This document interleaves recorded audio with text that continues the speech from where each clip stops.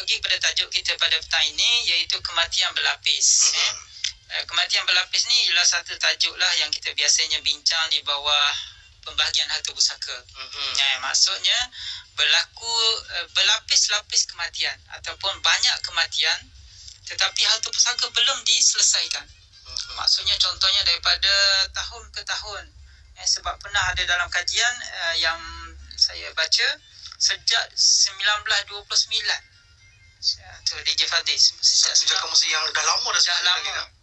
Apabila dikira dia ada 15 lapis. Daripada kita panggil apa, Tok Nyang kan, Tok Nyang ataupun moyang lah kan, moyang 1929 tu sehingga 2000 ni lebih kurang 15 lapis, maksudnya 15 kematian yang tidak diselesaikan lagi pembahagian hartanya. Satu jangka masa yang lama. Satu jangka masa yang lama. Jadi inilah yang kita kata kematian berlapis. Jadi apabila nak diagihkan harta pusaka itu ataupun nak dipindahkan bahagian daripada satu si mati kepada satu waris, kemudian daripada waris tu kepada warisnya yang lain, dia akan menimbulkan kesulitan lah kan. Sebab kita kena tahu siapa mati dulu, siapa hidup kemudiannya. Sebab pusaka ni dia antara, mesti ada seorang mati, mesti ada yang hidup. Kan, macam ayah kita lah, macam ayah saya dah meninggal, saya hidup, barulah saya mewarisi daripada dia. Kalau saya meninggal dulu, dia hidup, dia akan mewarisi daripada saya. Maksudnya dia mesti ada seorang yang meninggal dan seorang yang hidup. Di antara waris tu barulah ada pembahagian harta pusaka. Jadi apabila tiada tindakan dibuat oleh waris ni dalam membahagikan harta si mati, maka dia akan berlapis-lapis. Itulah dalam bahasa Arab disebut munasakhah, iaitu harta itu berlapis-lapis, diganti tapi tidak ada penyambut kan. Berganti maksud saya, kalau contohnya kita ada kebun durian di balik pulau contoh kan, dimiliki oleh moyang kita, mungkin kebun tu luas, ada 40 pokok contoh, tapi di sana mungkin ada 3-4 lapis yang belum dibahagikan, dan mungkin ada warisnya, mungkin ada 100 orang contoh kan, dengan anak dia, dengan anak pada anak dia, anak pada anak-anak dia, turun-temurun lah. Turun-temurun. So nanti apabila dibahagikan, mungkin bahagian seorang mungkin dapat sepokok ataupun tak sampai sepokok. Itu yang memberi kesannya. Cuma dia akan menimbulkan kesulitan lah, terutama kalau tanah sebab kita nak bahagikan tu, dia akan menjadi semakin mengecil kan. Sebab kalau kita tengok geran tanah, terutama kalau tanah pertanian, dia tak boleh pecah, sangat kecil kan. Sebab itu sebagian tanah kalau tengok atas nama geran tu sangat banyak nama. Tak, seorang dia letak kat situ 1/8, 1/4. So kalau betul-betul nak ambil manfaat, macam mana 1/4 kan. So di situ dia akan memerlukan persepakatan antara waris lah. Contoh kalau buat sawah kan, satu hasil tu baru kita kena bahagi. Tapi kalau tak ada kerjasama, dia akan ada masalah lah. Itu yang kadang-kadang kita tengok ada tanah yang terbengkalai, yang tidak diuruskan disebabkan banyak nama. Betul DJ Fadil. Bila banyak nama, masing-masing merasakan takkan aku seorang buat contoh kan. Kalau aku buat seorang, nanti ada orang yang mari nak minta hasil, padahal dia tak bagi sumbangan. Ataupun isunya pada isu bayar cukai tanah kan. Siapa nak bayar cukai? Nak collect satu-satu kan. Kalau rumah semua duduk tepi rumah kita, tak apa, senang kan. Kalau ini daripada saya akan Prof kan, kalau saya menjadikan satu tanah tu tanah pusaka dan saya membayar cukai tersebut, adakah saya ada mempunyai sedikit hak untuk membangunkan tanah tersebut? Dia ada hak lah untuk membangunkan, ataupun ada hak untuk claim balik daripada tanah tu. Contohnya kan, katakan DJ Fadil mengusahakan tanah tu yang dimiliki satu kumpulan waris lah. So katakanlah tanah itu nanti satu hari akan dinilai, katakan pembahagian lebih kurang selepas 20-30 tahun, katakan kita ambil kes berlapis ni kan. So kita akan kira DJ Fadil boleh claim atas kos cukai tu. Contohnya setahun bayar, katakan kos cukai tanah kawasan bandar mungkin mahal sikit kan, 500 bulan contoh sajalah, setahun. So kalau 500 tu kali 10 tahun contoh dah 5,000 lah. So kalau tanah tu nilai dia katakan 100,000, tolak lah waris lain cabutlah, bahagikan kepada Encik Fatih. Macam itulah. Tapi apabila kes ini tidak diselesaikan, dia akan sentiasa ada masalah kan. Sebab itulah kes kematian berlapis dia diakui oleh fiqh. Maksudnya dalam perbincangan fiqh, Ibn Faraid, ulama memang dah macam dah aware dah benda ni akan berlaku. Cuma bila berlaku tu bukanlah bermaksud dalam fiqh ada, maksudnya tak apalah berlapis. Bukan macam tu. Maksudnya apabila disebut dalam kitab-kitab fiqh oleh ulama, maksudnya kita cuba hindarkan. Kita cuba hindarkan supaya manfaat seperti yang kata DJ Fadil tadi, tanah terbengkalai. Tidak berlakulah. Jadi manfaat kata tanah tu akan dapat diambil oleh ahli-ahli lah, terutama kalau ada melibatkan waris yang miskin lah. Tu kesian lah. Contohnya mereka sangat memerlukan pada hasil tanah tu. Kalau padi, dia orang nak buat padi kan. Kalau getah, dia orang nak menoreh. Tiba-tiba nak menoreh tak boleh, ada orang marah. Sebab apa? Dia kata hak dia lagi besar atas tanah tu. Contohnya dia dapat 2/3. Yang nak menoreh ni baru 1/4 hak dia. So takkan dia nak menoreh 4 pohon 4 pohon kan. So jadi isu.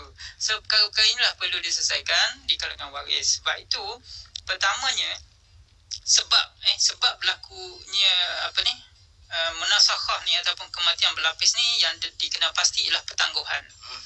Iaitu waris ni dia menangguhkan untuk bahagi harta pusaka. Dia kata kubur merah lagi nak bahagi dah harta pusaka dah. Dia pakai macam tu. Hang ni tamak ni nak cepat sangat bahagi harta pusaka, biarlah mayat tu jadi tanah dulu, contoh kan. So sebenarnya tak ada nas yang kata mesti kubur tu tumbuh rumput baru bagi harta pusaka kan. Dibolehkan sebenarnya. Dibolehkan seterusnya. Once seseorang pemilik harta meninggal, boleh bagi harta, tak ada masalah. Tapi janganlah bertelingkah nak bagi harta masa kat depan jenazah kan. Selesaikanlah dulu. Selesaikan dulu jenazah. Malam tu pun boleh buat mesyuarat dah sebenarnya kan. Bila kan biasanya kematian semua adik-beradik, sanak saudara jauh balik. Semua akan balik kan. Sebenarnya masa itulah yang paling sesuai. Kalau nak kumpul salinan IC kan, sebab bila kita nak filekan tuntutan di unit pusaka kecil ke, ataupun di amanah raya ke, masa itulah kita nak kumpul IC senang. So mesti ada seorang tekong lah. Bukan tekong, apa yang panggil? Kepala lah kan. Kepala, supaya buat inisiatif untuk uruskan. Jadi kita akan dapat mengelak berlakunya pertangguhan tu. Jadi pertangguhan tu lah yang sehari demi sehari dia akan jadi banyak hari lah, beratus-ratus hari dan sebagainya lah. So itu sikap yang pertama lah. Mungkin sebab terlalu sopan kau. Kan, terlalu sopan. Dia nak tunggu waktu macam sesuai. Betul Prof, kerana bila tu waktu yang sesuai tu, dia akan makan masa yang lama. Betul. Dan nak kumpul balik semua mungkin akan makan masa kan. Contoh saya ingat lah, kalau sekarang ni kebanyakan, saya ingat family kat Malaysia kebanyakannya sekarang ni kita dah kahwin campur antara negeri kan. Betul. Dan bekerja pun di wilayah-wilayah lain. Di luar daripada kawasan. Berbeza dengan zaman mak ayah kita dulu. Betul. Jadi pertemuan itu hanya berlaku pada masa perkahwinan, cuti sekolah mungkin. Betul. Hari raya kan. So kalau nak tunggu berlakunya perhimpunan macam tu mungkin susah juga, sebab kalau hari raya mungkin giliran tu tak kena kan. So antara kematian dengan perkahwinan lah. So jadi mesti ada inisiatif lah. So mungkin kalau kakak yang pertama ataupun abang yang pertama tak mau, adik boleh buat inisiatif. Sebab dia tak ada dalam tuntutan harta pusaka ni, dia tak kata biar kakak saya buatlah, dia lagi tua. Tidak. Yang muda pun boleh buat. Sebab ini semua adalah dia kembali kepada ilmu lah, ataupun kesedaran. Kesedaran untuk mengelak berlakunya berlakunya pertangguhan ni. Tapi ada juga DJ Fadil, pertangguhan ni yang didapati daripada kajian ialah kerana dia tak nak bagi kat satu waris. Terutama contohnya kalau melibatkan mak tiri. Maksud kata ada lagi yang menuntut ataupun ingin memberikan. Lebih macam tu ke Prof? Dia macam ni, dia bila berlakunya kematian ayah dia contohnya kan. Ayah dia kahwin lain selepas mak dia meninggal. So bila ayah dia meninggal, tentulah mak tiri tu akan dapat sebahagian harta. Betul. Oleh kerana mak tiri ni darah lain, so dia kata kita tunggu mak tiri mati baru kita bahagi. Contoh kan. Contohlah. So dia menangguhkan pembahagian tu sehinggalah mak tiri mati barulah dia buat pembahagian. So dia akan berlapis dah. Mak ayah dia mati sekali kan, mak tiri pula mati kan, dia berlapis. Dengan anggapan dia bila mak tiri mati, so tak ada, mak tiri tak berhak lah. Itu anggapan yang salah. Sebab bila ayah meninggal, mak tiri masih hidup, mak tiri automatik akan dapat bahagian dia. Itu 1/8 lah kalau kita kata, kalau dia ada anak kan, si mati ada anak. So 1/8, kalau mak tiri tu kemudiannya meninggal, bahagian tu tetap ada. Dan kalau mak tiri tu ada katakan apa, anak perempuan ataupun anak lelaki, dia akan dapat bahagian. Dia ada hak untuk dapat. Dia ada hak untuk dapat itu. Dan inilah kita takut apabila berlaku perkara macam ni, dia panggil penyembunyian hak kan. Penyembunyian hak. Itu yang sangat bahaya lah. Okey, baik. Saya rasa banyak dah perkongsian yang mungkin Prof dah kongsikan bersama dengan pendengar-pendengar kita. Mungkin kalau ada soalan yang nak ditanyakan kepada Prof, anda boleh hubungi 0421073899 ataupun anda boleh hantarkan soalan melalui ruangan WhatsApp Muncul FM 0115683034 berkenaan dengan harta pusaka, iaitu pecahan harta yang kita kongsikan hari ini, iaitu kematian berlapis. Sebab pasal harta pusaka ni mungkin banyak yang bertanya berkenaan dengan bagaimana selaraskan, dan juga mungkin banyak pengertian-pengertian yang mungkin anda keliru yang nak tanyakan kepada Prof, boleh hubungi 0421073899. Baik Prof, mungkin Prof nak tambahkan sedikit berkenaan dengan harta pusaka ni, sebut berkenaan dengan pecahan harta ni. Okey, ada juga yang keliru, ada yang kata macam boleh ke saya dapat sedangkan saya hanyalah sekadar mungkin kurang daripada keluarga tersebut. Mungkin keluarga, ahli keluarga, tapi mungkin tidak rapat dengan keluarga tersebut. Sedangkan itu juga pertikaian juga, aku pun nak juga harta tersebut. Bagaimana tu Prof? Okey, so saya share kat sini soalan DJ Fadil ni macam soalan ada dua hari lepas lah, ada seorang daripada Johor call saya. Okey. Dia cerita isu suami dia lah. Dalam kes dia ni, suaminya orang Negeri Sembilan. Okey. Orang Bahau. So mungkin mengamalkan masyarakat adat lah kan. So dia kata mak dia meninggalkan ayah dia suami dia tu dan anak perempuan, adik perempuan. So dia ada ayah, dia ada mak, dia ada anak lelaki dan anak perempuan. Okay. Masalahnya macam DJ Fadil katalah, anak lelaki ni dia macam terbuang daripada keluarga. So isteri dia bertanya sama ada sebab mungkin zaman muda aku tak dengar cakap aku kan. Ayah suruh belajar doktor, dia pergi belajar seni, macam cerita P.Ramlee lah dah. So adakah dia kata, sebab dia kata ayah dia seperti tak mahu bagi harta mak yang dia tinggalkan tu, ada daripada SP, ada apa ni, SP ada peninggalan sedikit lah, ada tanah juga. So dia kata ada hak tak dekat si suami dia tu kan, sebagai anak lelaki. So jawapan saya, selagi dia ada anak, selagi dia tak bunuh mak dia kan, sebab bila dia bunuh pemilik harta, dia dihalang lah. So oleh kerana sebab pewarisan tu antara salah satunya adalah darah daging. Kesemuanya ada hak untuk dapatkan so harta dia tersebut. masih ada hak. Sekalipun kalau anak tu tak dengar cakap ke, anak tu derhaka, even derhaka maksudnya tak sampai tahap bunuh lah. Kalau mak dia marah, dia pergi baling batu dekat mak dia, contoh sajalah kan, kemudian kena halau dari rumah, ataupun anak dia isap dadah ke, dia tetap berhak sebagai anak. So baik, kadang-kadang kita tengok kebanyakan filem Melayu lah kan, bila dibuang daripada keluarga tak layak untuk dapatkan harta. Itu tak betul sama sekali. Tak betul. Okey. Baik, kita terima pemanggil Prof. Ada. Okey, hello, siapa di talian? Waalaikumsalam. Siapa kat talian ni? Cik Lias daripada Hitam Perpinang. Cik Lias. Okey, baik Cik Lias, mungkin ada persoalan yang ditanyakan kepada Prof, silakan. Assalamualaikum Prof. Waalaikumsalam, ya Cik Lias. Prof kata harta pusaka yang berlapis ni kan, kalau sekiranya berlaku macam tu,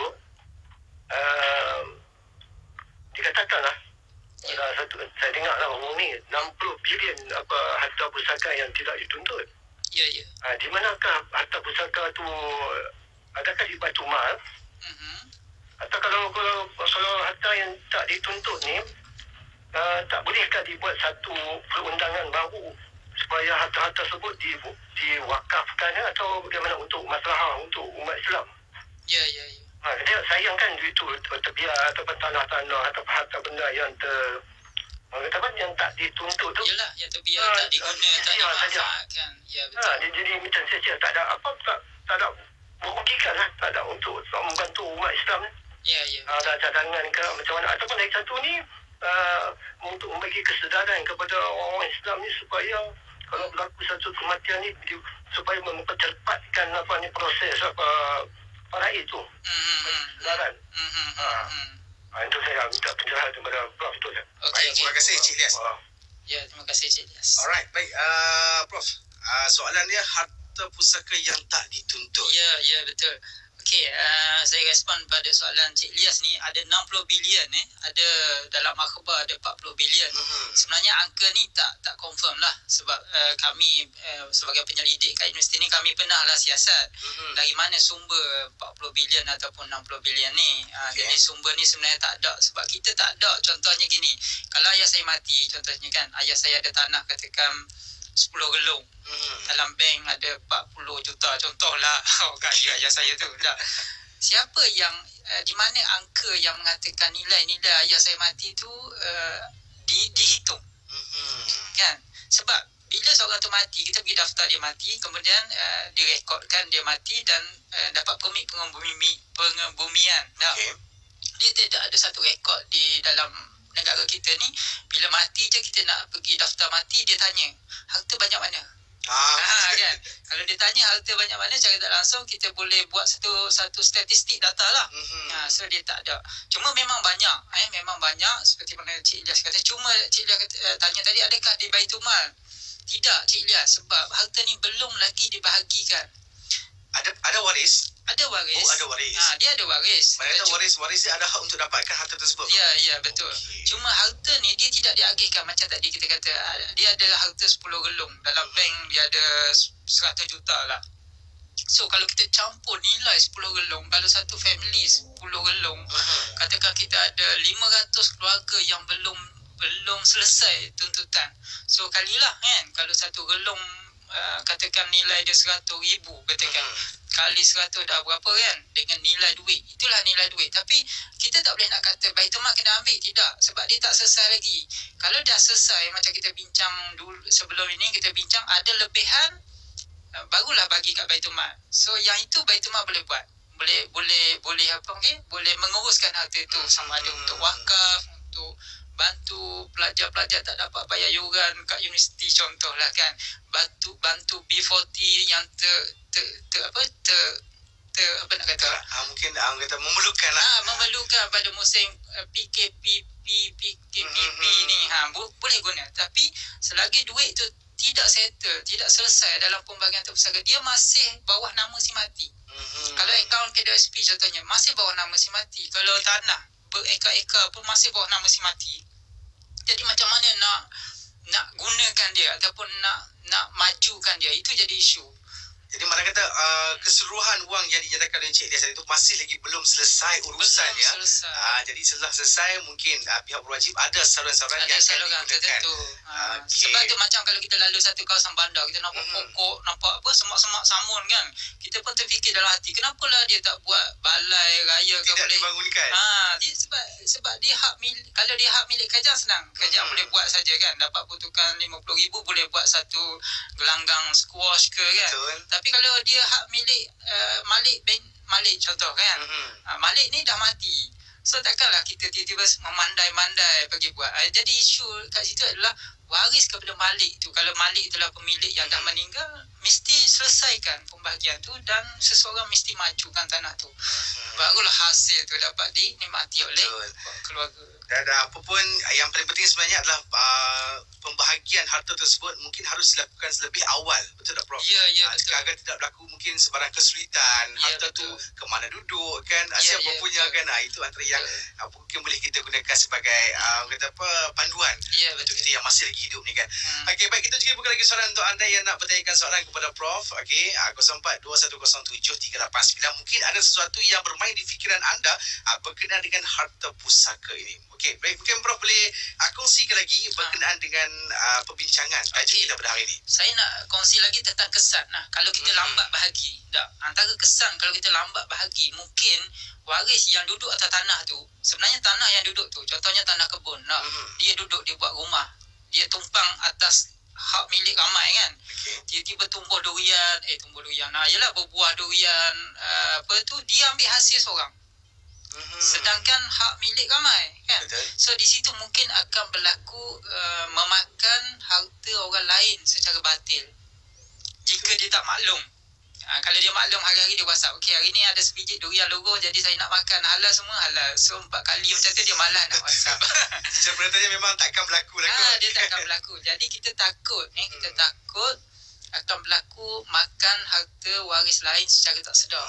Sebab ada satu hadis saya nak baca kat sini yang Nabi SAW bersabda, man akhadha minal ardi syai'an bighairi haqqihi, siapa yang mengambil daripada tanah sesuatu yang bukan hak dia, khusifa lahu bihi yaumal qiyamah ila sab'i aradin, dia akan ditenggelamkan pada hari kiamat pada 7 lapis bumi. 7 lapis bumi. Nak tunjuknya apa ni? Besarnya, bahayanya makan harta orang lain yang sekalipun adik-beradik kita. Betul. Ya, sebab dia bila harta berkaitan harta waris ni, dia tak pergi harta orang lain dah, bukan harta jiran kita kan, tapi harta adik-beradik kita, harta darah daging kita. Sebab itu perlu segeralah, perlu segera. Terutama yang tadilah yang melibatkan tanah-tanah, yang ada kebun dah. Saya ingat kalau Kedah, Perak, Penang ni, kalau Penang saya rasa durian lah. Kalau tanaman-tanaman yang jadi kalau betul-betul kalau tepi-tepi Penang seberang Jaya sana tu dia ada sawah juga kan. Sungguh. Banyak relung kat sana tu. Itu yang kena selesaikan cepat-cepat. Sebab apa? Risau takut termakan harta yang bukan hak milik kita. Okey, baik Prof. Saya nak tanya soalan. Mungkin ada setengah orang yang mengatakan sewaktu sebelum kematian, si mati ni, mungkin dia pernah bertutur ataupun berkata, okey, aku serahkan rumah ini kepada si fulan. Okey. Tetapi selepas kematian, okey, mungkin rumah tu jadi pertikaian. Okey, sedangkan adik-beradik dia tak tahu pun yang rumah tersebut diberikan, mungkin tidak ada saksi. Bagaimana tu Prof? Mungkin dalam masalah selesaikan isu rumah ni. Ya, isu soalan ni yang DJ Fadil tanya ni dia masuk dalam bab hadiah. Hadiah ataupun hibah. Cuma kena jelas. Contohnya dia biasanya dia akan bagi pada anak dia yang bongsu lah, ataupun anak yang last duduk dengan dia kan, ataupun ada anak dia yang OKU, biasanya macam tu lah. Dia kata rumah ni ayah nak bagi dekat adik hang, nama Jamal ni dah. Contoh, jika ada saksi, okey, mudah. Saksi tu kena berlaku adil benar lah. Dan sebenarnya hibah ni, hadiah ni dia patut jelas lah, patut syarat hibah ni dia mesti serta-merta, dia mesti masa hidup. Dia tak boleh kata ayah nak bagi rumah ni dekat adik kau kalau ayah mati. Yang tu dia jadi apa? Dia jadi wasiat. Dia jadi wasiat. Dia kena ayah nak hibah rumah ni kat adik kau. Nah, ni kunci rumah ambil. Contoh kan. Walaupun ayah tak keluar rumah tak apa. Dia kata nak kunci rumah ambil. Itu bermaksud satu. Kalau dia menggunakan bahasa kiasan Ustaz. Kalau kiasan ni dia mesti ada satu macam boleh difahami lah petanda. Kalau dia kata apa, nanti kalau ayah tak ada, kau gantilah duduk rumah ni. Betul kan? Kena pasal kiasan dia kiasan. Kiasan ni kalau dia masalah dia kiasan ni kalau orang tak pandai.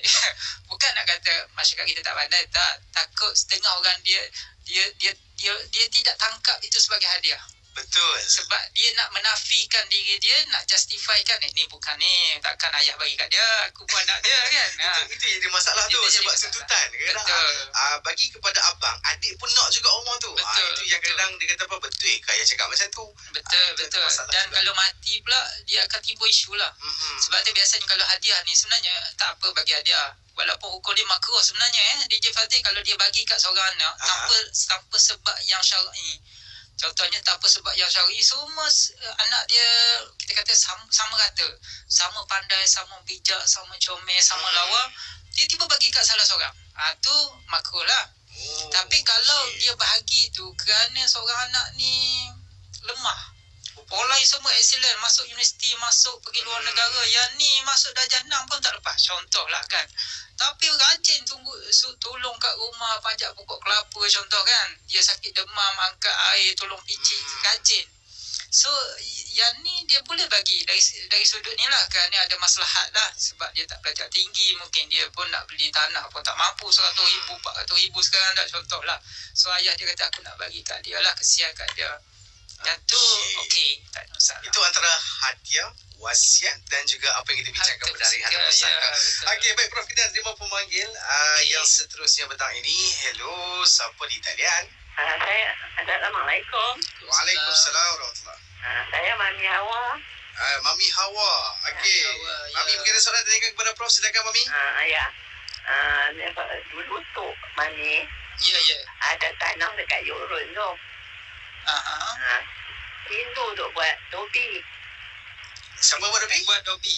Hindu. Okey. Kan kat situ ada sungai mak kan. Daripada sucikan buat dobi, tanah tu saya lah punya. Dia sewa ke dia buat apa? Tak banyak duit, 1 sen pun tak banyak bayar. Okey. Dah lama dah. Belakang dulu saya tu bila bayar duit asli tanah kosmos. Lepas tu saya pun tak mau dah, pasal saya tu kena pergi kutip kat adik-adik beradik mau kan. Belakang tu adik-adik beradik pun duk marah lah. Apa duk main kutip sewakan tak dapat apa pun. Itu tu senang. Belakang tu ni baru ni nak jual dengan nak jual lah. Pasal selalunya nak jual, nanti ada pembangkang. Dan bapa saya ni 10 beradik. Ramai lah. Beradik. Tapi yang dah meninggal pun ada. Itulah ni cucu-cucu dah lah. Kat benar cucu dah. Mami Hawa ni. Ada lagi ni. Lain. Kami tinggal nak jual lah. Elok lah. Macam mana nak buat bagi Hindu ni keluar? Masih Mami, tanah tersebut masih lagi digunakan oleh orang lain. Ada. Dekat situ pula ada satu tokong Hindu lah. Tokong tu dulu Mami kecil dia pergi ikat kat pokok tadi. Buat tokong. Sekarang tokong tu pun dah besar. Orang Melayu tak mau lah. Yelah. Okey, tak apa. Kita dengar apa yang Prof nak kongsikan bersama dengan Mami. Terima kasih. Macam mana bagi Hindu tu keluar? Okey. Baik. Okey, baik. Terima kasih Mami. Okey. Sama-sama. Terima kasih. Terima kasih ya Mami. Assalamualaikum. So dia ada 2 isu lah. Satu isu tanah tu lah, pencerobohan tanah lah. Kalau saya faham macam tu lah, iaitu pencerobohan tanah oleh orang lain. Tak kira dia buat apa pun, tapi dia menduduki tanah kita, dia mengusahakan tanah kita tanpa kebenaran. Yang ni yang paling mudah pergi balai polis lah. Itu paling mudah lah. Yang kedua, kita buktikan hak milik kita lah. Satu lagi, kita boleh buat pengusiran lah. Kalau dia buat binaan pun, kita boleh mohon dengan pejabat tanah dan sebagainya untuk tapi ambil tindakan. Prof, kalau kita tengok balik apa yang Mami kongsikan ni, sebenarnya dia ramai adik-beradik yang mungkin tidak menuntut tanah tersebut. Ya.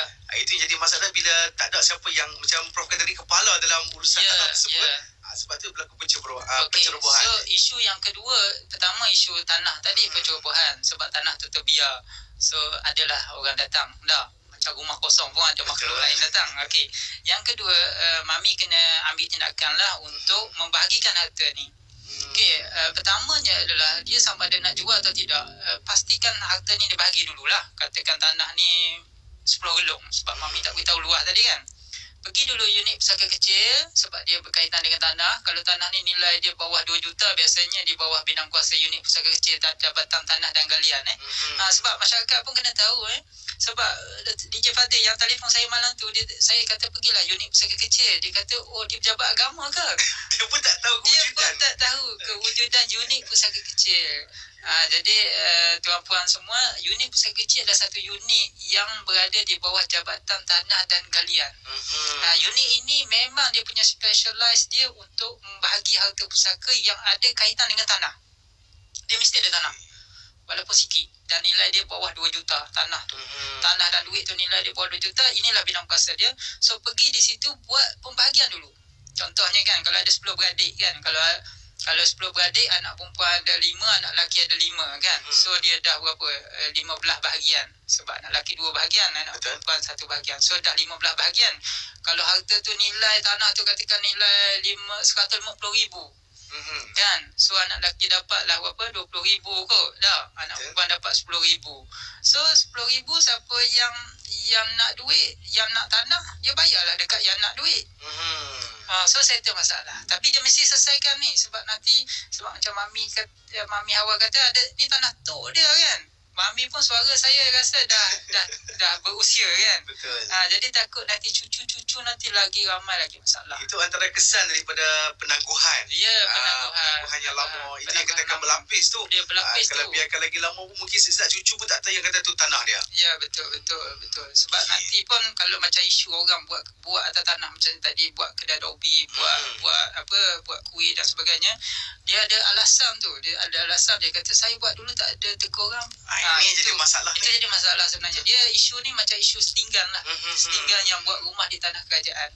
Betul. So kerajaan mula biar bila kerajaan nak buat pembangunan halau, Ini jadi masalah. kerajaan kena bayar Betul. kos. Ini masalah. Tapi kalau ikut undang-undang, kalau tak salah ada satu kes 1984 siapa yang mencoba tanah haram memang dia tak akan dapat papasan lah. Tapi kena melalui saluran lah. So saya nasihat pada Mami Hawa, buat sekarang lah, jangan tangguh. Nanti cucu menanggung beban ini. Betul. Okey. Baik, dan Prof, kita nak bacakan soalan yang kita terima juga daripada Mami Sal pula. Nak tanya, andai kata kita dah teroka tanah pusaka yang berhutan tebal, buat rumah duduk situ, kemudian ada modal pula buat rumah bagi orang sewa. Apa hukumnya dengan duit sewa tu? Okey, Mami Sal Mami Sal kan ada nama. Betul. Okey, Mami Sal, kita teroka tanah pusaka. Kat situ saya kena faham, dia teroka tanah pusaka. Dia kalau kita sebut teroka ni tanah kerajaan ataupun tanah tanpa milik. Contohnya kat tepi-tepi hutan tanah kerajaan kan, dia punggal tanah tu, dia buat rumah, buat kebun. So kalau teroka tanah pusaka, adakah maksud di situ tanah keluarga kita? Tapi apa yang mungkin bukan daripada dia ataupun daripada dia. Sebab soalan dia, andai kata kita dah teroka tanah pusaka yang berhutan tebal, buat rumah pula duduk kat situ. Kan? Kemudian ada modal pula buat rumah bagi orang sewa. Mana kata mungkin daripada keluarga dia lah. Mungkin tanah keluarga dia kan. Takkan kan. dia ceroboh dah. Okey, kita positif macam tu lah. Tapi berhutang tebal, maksudnya dia mengusahakan tanah pusaka yang hutang tebal, dia pergi tebas tanah, dia upah orang bayar 1,000, 2,000. Okey, tolong tebas. Kemudian dia upah orang buat rumah kat situ. Apabila orang dah buat rumah, dia sewakan rumah tersebut. So dia ambil manfaat rumah sewa di atas tanah pusaka keluarga. Okey, apa hukumnya dengan duit sewa? Hukumnya tak ada masalah dengan duit sewa tu, tapi dengan syarat lah. Pertama, dia kena minta izin daripada waris lain lah. Tapi biasanya kita share lah bagi. Tapi janganlah bagi sama rata sebab dia dah keluar modal banyak. Betul. So dia anggap contoh ni, katakanlah sewa tu katakan 1,000. Tak. Mungkin hak dia 700. Sebab dengan waris lain seolah-olah dia sewa tanah tu. Walaupun dia rumah tu dia sewa dekat orang lain kan, tapi rumah tu rumah dia. Waris dia tak boleh kata. Adakah dia perlu untuk mendapatkan keizinan untuk buat? Sepatutnya dia dapat izin lah. Dapat izin. So tapi sebab dia dah buat dah. Katakan saya ambil pendekatan macam tu. Dia dah buat dah. So macam mana dia nak pastikan halal dia dapat tu? So bagi saya rumah sewa tu tetap hak dia, sebahagian besarnya hak dia sebab rumah dia. Dia keluar modal, dia beli pasir, beli tanah, upah kontraktor kan. Cuma hak waris lain kat atas tanah tu ialah hak tanah tu. Hak atas tanah tu. Jadi seolah-olah rumah dia ni dia sewa tanah. Dia sewa tanah, betul? Kan? Dia kena bayar lah. So dia kena bayar atas sewa tanah. So nilai sewa tanah. Contohnya kalau kata sewa tanah murah je kan. Contohnya adik-beradik pula tu, contohnya RM50 lah sebulan ataupun RM20 sebulan. Betul. Kan? Okay. Daripada tak dapat langsung, dapatlah RM20 boleh bayar bil air kan. JBA saya rasa bawah RM20 sebulan. So lepas lah. Tapi bagi saya macam tu lah. Jangan makan seorang lah sebab Tanah tersebut bukan hak milik. Bukan hak dia, bukan sole owner lah. Bukan dia only pemilik kan. Dia share ramai-ramai. Macam tu. Bagi saya kat situ dia dapat menghalalkan apa yang dia dapat lah. Dan waris lain pun rasanya senang hati lah sikit kan. Kalau tidak, Ada juga pendapatan kan. ada pendapatan juga. Okey. Baik, kerana bila kita bercerita berkenaan dengan tanah pusaka ni kan, macam yang Prof cakap tadi, banyak tanah yang terbiar, yang bila ditanya tanah tersebut tanah pusaka yang belum dibangunkan. Okey, adakah tempoh lama macam yang kita semua tengok kadang tanah pusaka tu dibiar berlapis-lapis kan Prof? Adakah sampai dia akan dibiarkan sebegitu saja ataupun mungkin ada inisiatif yang digunakan oleh agensi-agensi yang lain untuk membangunkan tanah tersebut, untuk tidak membiarkan tanah tersebut terbengkalai sebegitu saja. Tanaman pula di tengah-tengah bandar yang mungkin ada tanah pusaka tersebut Prof. Kadang tanah pusaka ni kalau ikut normalnya, kalau undang-undang Malaysia, kalau kita rujuk pada kanun tanah negara kan, antara tanah yang terbiar ni kalau dia tak bayar cukai, boleh diambil balik lah. Boleh diambil balik. Boleh dirampas oleh pihak berkuasa lah. Tapi jaranglah berlaku sebab kerajaan kita masih baik lah saya rasa. Saya rasa tak ada lagi kes yang tak bayar je 3 tahun ambil balik, tak ada kan. Kecuali ada kes-kes tertentu lah. Jadi biasanya apa yang boleh dibuat oleh kerajaan untuk macam memastikan ni ialah pembangunan lah. Jika ada pembangunan, contohnya kerajaan nak buat highway, contoh kita banyak kat Penang ni nanti akan ada apa, nak buat monorail ke apa, contoh lah kan. So akan melalui tanah tu biasanya akan melalui pengambilan lah. Tapi isunya ialah bila pengambilan berlaku, banyak berlaku di KL dan bandar-bandar yang membangun, yang membesar, ialah bila kerajaan nak ambil tanah tu kan, nak besarkan jalan pun, dia akan melibatkan pusaka sebab ambil tu dia tak kerajaan, walaupun dia ambil tanah, dia tak ambil saja, dia bayar pampasan. So bila nak bayar pampasan tu, lah 3-4 lapis dah mati contoh kan. Itu pun masalah juga sebenarnya. Itu pun masalah juga. So isunya ialah kerajaan tak boleh nak selesai, contohnya dia ada lambat lah, dia ada kelambatan, contohnya nak selesai hak milik tu dapat kat kerajaan baru nak start pembangunan tu kan.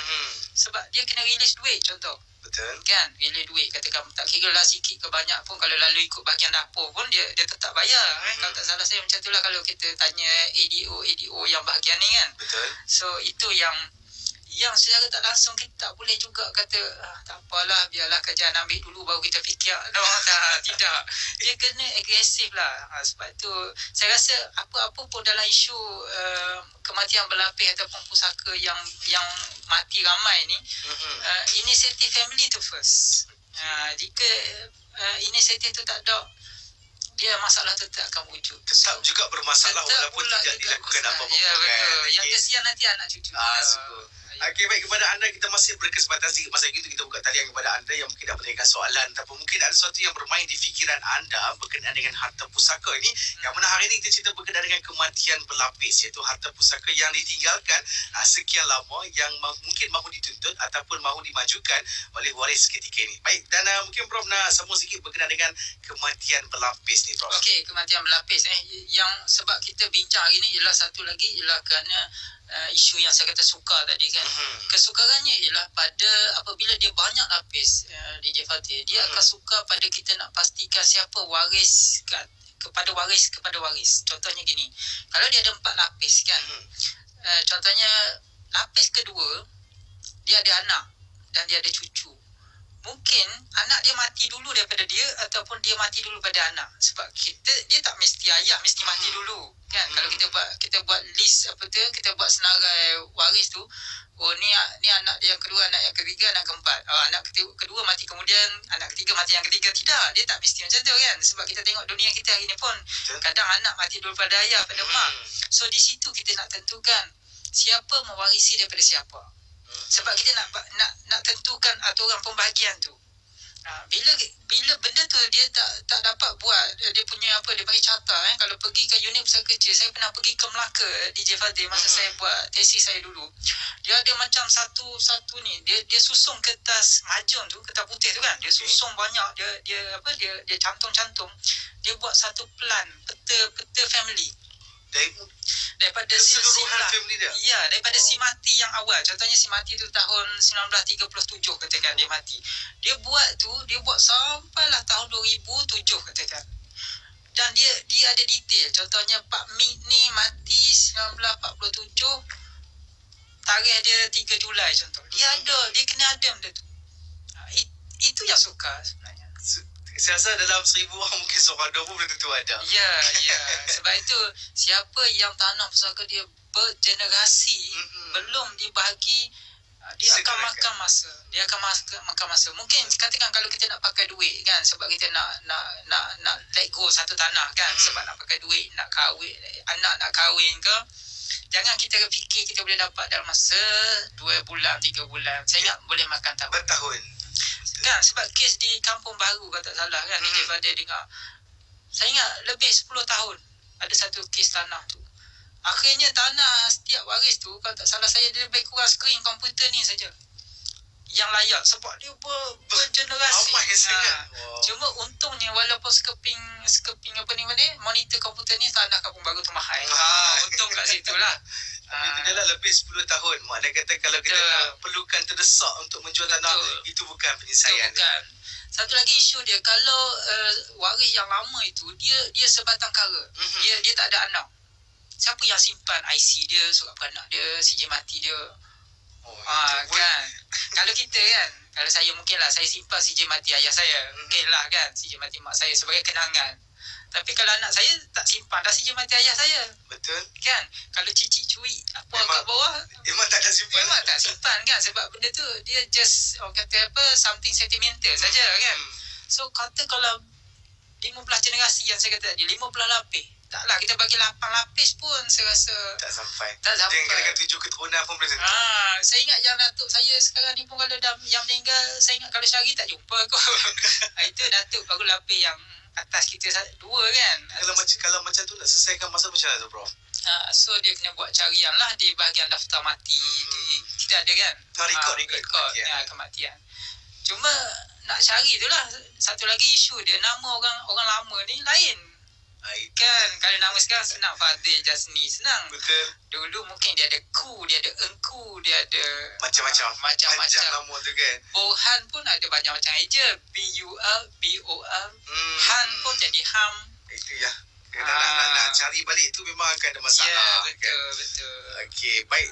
Prof, saya rasa kita pun dah pun hampir sampai ke penghujung untuk hari ini. Baik, mungkin kesimpulan yang Prof mungkin nak kongsikan bersama dengan pendengar-pendengar kita, dan juga mungkin nasihat Prof untuk mereka yang mungkin belum lagi selesaikan berkenaan dengan pengurusan harta pusaka ni. Dan hari ini juga kita bincangkan berkenaan dengan kematian berlapis ni, Prof. Silakan. Ya. Okey, terima kasih DJ Fadil. Okey, jadi kesimpulan yang saya ingin buat ialah perlu kepada kita untuk selesaikan kes-kes kematian saudara kita yang terdekat dengan segera. Bukanlah kerana kita selesaikan itu kerana tamakkan duit dan sebagainya, tapi kerana itu adalah tanggungjawab untuk memastikan hak kepada waris yang hidup tu dapat dinikmati dan dimanfaatkan sepenuhnya. Macam kita dah bincang tadi, tanah terbiar, rumah terbiar, pokok pun mungkin tak, dusun pun mungkin terbiar, tidak ada orang letak baja dan sebagainya. So sepatutnya di situlah menjadi sumber ekonomi, sumber kewangan keluarga yang diniatkan oleh yang tanam dulu kan. Atau nenek moyang kita ni lah untuk anak cucu aku makan, tapi tiba-tiba tak dapat makan sebab tak ada orang letak baja, sebab tak nak bayar cukai tanah contoh. Jadi di situlah peranan kita adik-beradik, saudara mara ni, supaya dirapatkan hubungan tu, bukanlah sebab apa, tapi sebab manfaat untuk generasi kita juga dan generasi anak-anak kita. Oleh itu satu lagi yang saya tekan tadi adalah hak setiap waris tu dia tetap ada walaupun kita tak bagi harta pusaka. Jangan kita ingat tak bagi tak apalah, tak dapat kat dia. Sebab ingat di sana ada hak orang lain, dan jika kita ambil hak itu, na'udzubillah, sangat pedih lah di akhirat kelak. So kita sebagai seorang yang Muslim beriman dan diusulkan menguatkan silaturahim antara kita, kita kena pastikan keluarga kita kuat dalam erti kuat silaturahim dan kuat ekonomi, supaya kebahagiaan, kebaikan, apa nak kata lagi, dapat dinikmati sepenuhnya lah. Dan itulah sebenarnya tujuan pembagian harta pusaka ni. Janganlah kita nampak pembagian harta pusaka ni sesuatu yang menyusahkan. Tidak, dia adalah satu cara untuk menentukan supaya perpindahan harta antara generasi, antara yang hidup dengan yang mati tu dapat berjalan dengan baik, tanpa gaduh, tanpa apa. Dia dah ada undang-undang peraturan dia dah. Tinggal lagi kita nak buat ke tak buat. Itu saja. Baik, terima kasih kita ucapkan kepada Prof. Ahmadiyah Dr. Jasni Sulong yang sudi bersama dengan kita melalui titian Adin Usrati untuk hari ini. Apapun minggu hadapan anda akan kembali bersama dengan tugas untuk titian Adin Usrati minggu hadapan. Terima kasih Prof. InsyaAllah jumpa lagi. Assalamualaikum. Waalaikumsalam. Terus kekal bersama dengan kami Radio Malaysia JFM.